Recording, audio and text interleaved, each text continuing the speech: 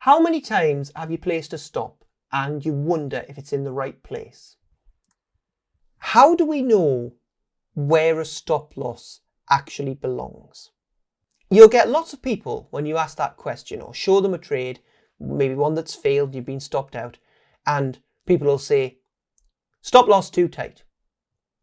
Okay, but that doesn't really answer the fundamental question, does it? It was too tight, so it was 5 pips and it should have been 10 or 15 or 20. But there's another trade out there that was 10 pips and that was too tight. You know, is 15 enough? Is 20? Saying the stop is too tight doesn't answer the fundamental question. And a number of people, me included, will keep emphasizing we never move the stop loss during a trade, no matter what happens. But that begs the question of why you do move the stop loss. And the answer is because you feel in the moment, maybe it was wrong, maybe it was too tight. So it's all very well to say don't move the stops, you shouldn't. But if you are confident that the stop is in the right place in the first place, you should help solve the moving the stops problem. So it's a really big question to get right. What is the right place to put a stop? And again, like I say, 5 pips, 10 pips, what is it? Instead of an arbitrary number, right? And I've discussed this before in videos about ATR stop losses, for example. Anchor your stop in the case of the ATR stop, market volatility, okay? But let's dive a bit deeper at that because there's more than just ATR stop for volatility, there's structure, there's all sorts of things you can anchor a stop in, okay? So let's look at this trade here, this double top, okay? And as you can see, stopped out. But why do we place a stop loss? Well, the clue's in the name. Stop the losses from simply going up and up and up and bleeding our account dry. If you've got to that point, it means the trade is going in the opposite direction. And we're grateful of a stop loss when that happens.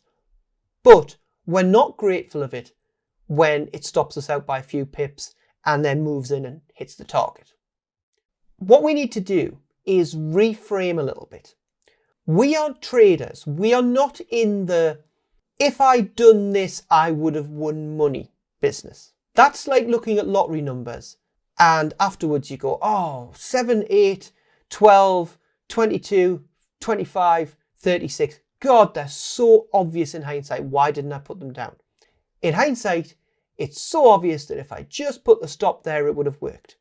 That's not the game we are playing. It can seem that way sometimes, but it's not.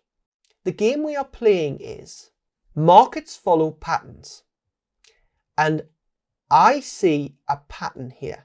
And if the pattern completes, there is likely a higher probability of the markets doing one thing over another thing. We're in the probabilities game. And so what we're saying is there's a higher probability of the trade going in one direction than there is another. And so we place our entry and our stop and our target accordingly.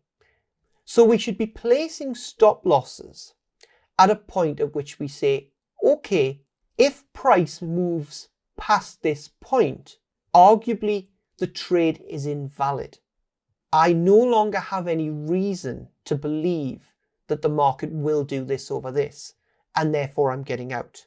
And if we anchor in that, then when it hits our stop loss, instead of being, oh no, oh, if I'd only done this, if I'd only done that. No, we made a prediction based on what the market was doing at the time of the prediction. And that prediction is now invalid. So for example, here's a trade with an ATR stop loss, and the ATR stop loss was just the right amount. Enter short on the line because of the completion of the double top, hopefully to hit the target, the green line, ATR stop, the red line.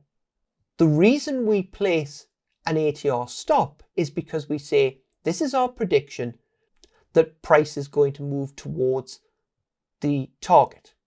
And price may fluctuate in the meantime within the average true range of the market at that time.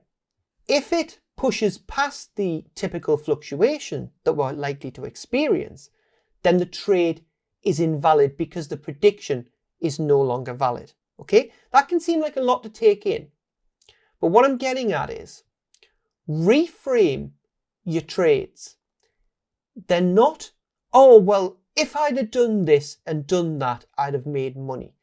We are making a prediction based on what the market is doing. In this case, it's unlikely to push significantly higher. If it pushes significantly higher beyond the average true range, the prediction no longer holds. So there's no longer a reason to expect the market to hit our target. When you see yourself as someone making predictions, but now the prediction no longer holds and there's no longer an expectation that it will play out in our favor, the trade is invalid. Therefore, unfortunately, it was a losing trade. We are in the psychology game, whether we like it or not. Psychology is what defeats traders, thinking I've done it wrong. I should move the stop because the stop originally was in the wrong place, etc., etc. And if you can anchor your psychology to know that the trade was calculated accordingly, it is much easier to accept that stop loss when it hits and not move it and end up taking much bigger losses than we wanted.